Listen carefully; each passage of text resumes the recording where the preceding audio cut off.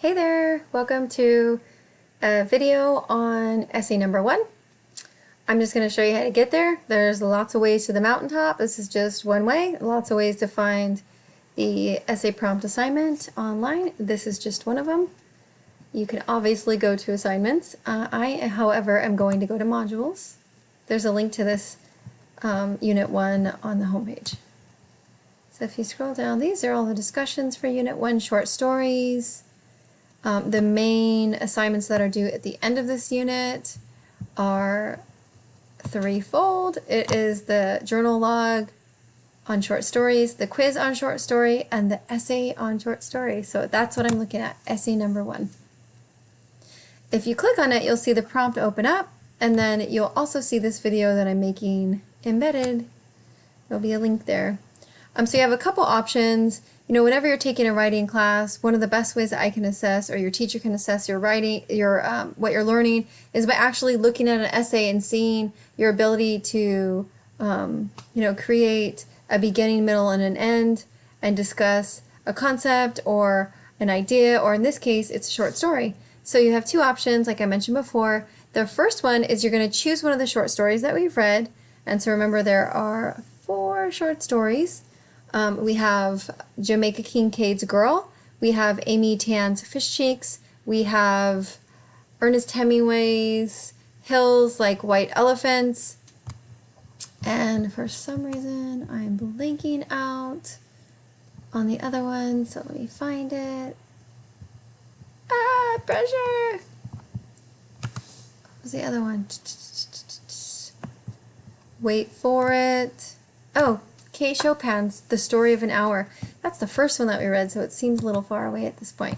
But again, you're going to choose one of those short stories, and then you're going to write an essay in response to that short story, which is really just an analysis, a literary analysis of that story. So when you're engaging in a literary analysis, you're analyzing, meaning you're breaking into parts, and you're looking at the story and its components, and you're coming to a conclusion about the story itself by breaking it into different parts. And so here is just a little guide for how to do an analysis of a short story. First, you're going to summarize the story, and then you're going to push beyond it to relate the story to today's issues and yourself. So yes, you can use I in this essay. Oh my gosh. So for all those teachers that told you do not use I in this essay, we're going to go against that, and we're going to use I if you so choose to. That would be integrating first person. So I relate to Chopin's story because of A, B, and C, right? You can say that. Or if you choose not to, you just want to keep it third person. In the short story, The Story of an Hour by Kate Chopin, she does blah, blah, blah. You can keep it third person. Totally up to you. Either way, you're going to summarize her story first before jumping into an analysis and a larger kind of connection to today's issues. So that is option number 1. Option number 2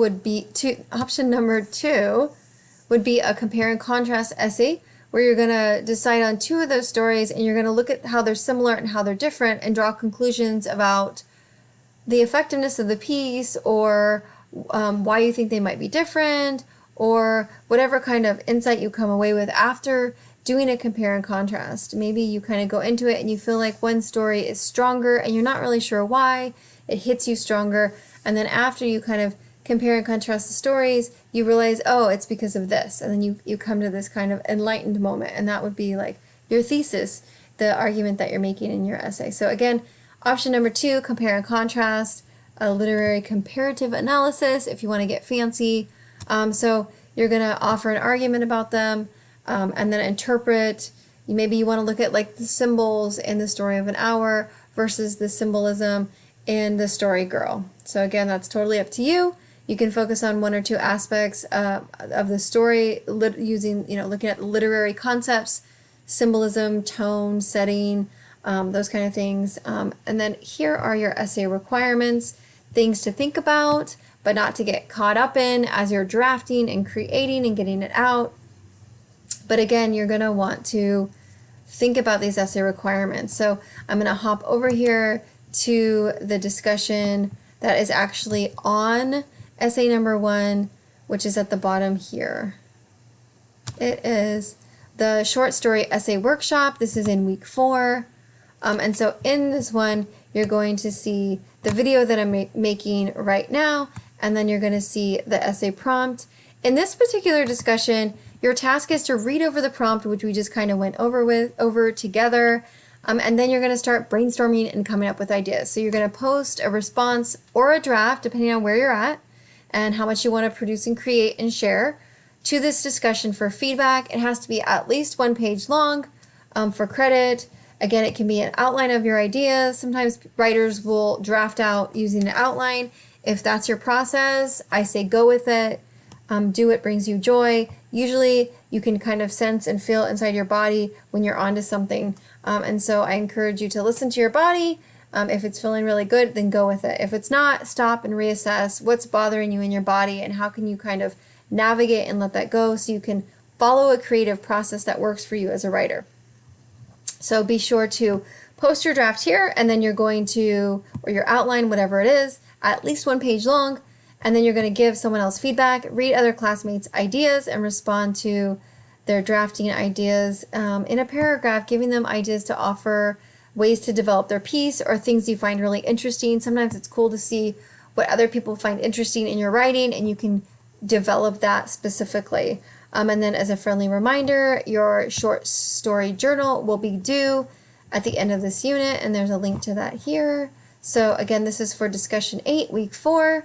You're just posting ideas. This is where we can get creative and have fun as writers. You don't have to stick to anything. You can just see what pops up and then follow from there. So you might go in with a sense of something that you want to explore, and then you're going to trust your intuition. You're going to apply analysis, and you're just going to keep going, and you're going to see what happens. So have fun and see where it takes you.